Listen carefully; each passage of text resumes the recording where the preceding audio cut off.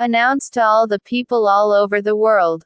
Look at our saints, their bodies are immortal. Only Jesus Christ, the Son of God, the creator of the human body, can do this miracle.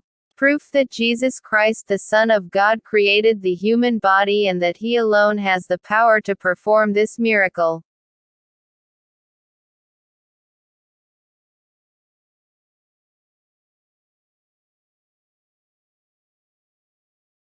Saint Cecilia lived in the 3rd century AD in the Roman Empire.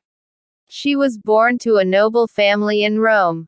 Despite taking a personal vow of chastity, her parents married her off to a young pagan nobleman named Valerian. In response to this, she wore sackcloth and underwent fasting. She also invoked the saints and angels and asked them to guard her purity. Before the marriage was consummated, Saint Cecilia told Valerian about her vow of virginity and that she had an angel watching over her. The angel would punish him if he sexually violated her. When Valerian asked to see this angel, Saint Cecilia told him that he would first need to travel to the 3rd milestone on the Appian Way and be baptized by Pope Urbanus. Saint Cecilia's husband followed her instructions, and when he returned he saw the angel standing beside her. The angel crowned her with a chaplet of roses of lilies. The love story of Saint Cecilia and her husband is recounted in a religious romance which circulated in Greece during the 4th century AD.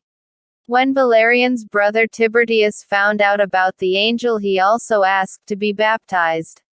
Both brothers devoted their lives giving proper burials to the saints who were persecuted and killed by the prefect of their city, Tertius Almatius.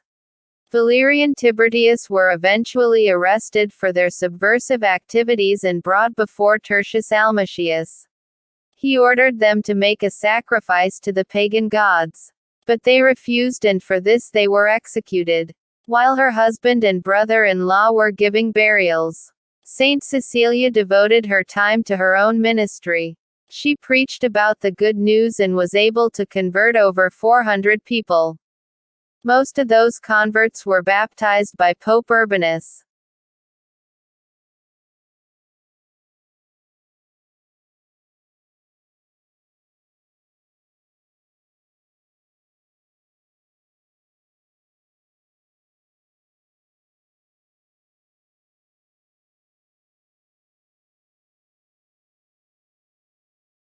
Saint Cecilia eventually faced persecution for her efforts, but she miraculously survived many of the torturous acts inflicted upon her. First, she was arrested and condemned to be suffocated in the baths. She was shut inside the bathhouse for one night, and even when the fires were stoked, she was alive when her persecutors opened the doors. When the city prefect found out about this, he sent an executioner to cut off her head. The executioner struck Saint Cecilia 3 times, but was unable to decapitate her. Saint Cecilia was left bleeding, and she lived for 3 more days. During the final 3 days of her life, Saint Cecilia continued to preach, or offer her prayers to the crowds who had gathered around her. On the 3rd she passed away and was buried by Pope Urban and his deacons. Saint Cecilia was buried at the catacombs of Saint Callistus. Her remains were later transferred to the Church of Santa Cecilia in Trastevere. Her namesake church is reportedly built on the site of the house where she lived. When church officials exhumed her body in 1599, they found her to be incorrupt. Saint Cecilia gained many followers during the Middle Ages in Europe. Songs, poetry, and works of art were created in her honor. The first saint whose body was found to be incorrupt was Saint Cecilia, who was martyred in 177 AD.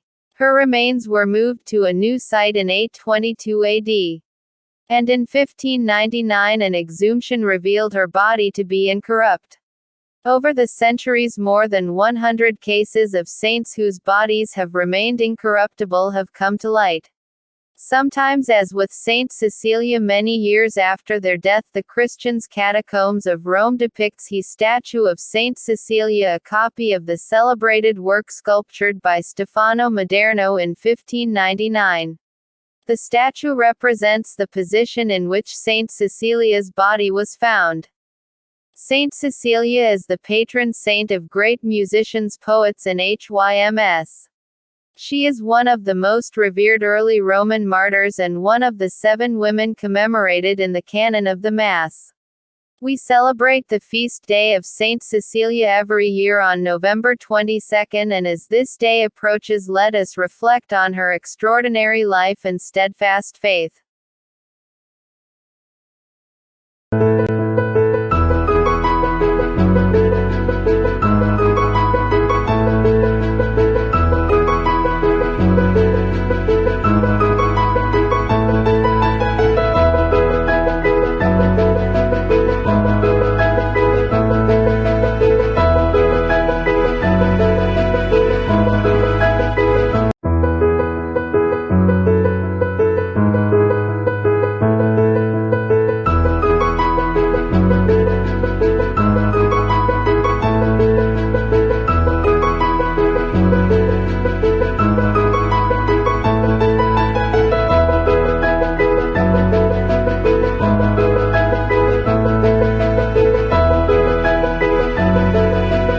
John 14:11. Believe me that I am in the Father, and the Father in me. Or else believe me for the very work's sake. John 14:11. Believe me that I am in the Father, and the Father in me. Or else believe me for the very work's sake. Psalms 96:3. Tell of his glory among the nations, his wonderful deeds among all the peoples.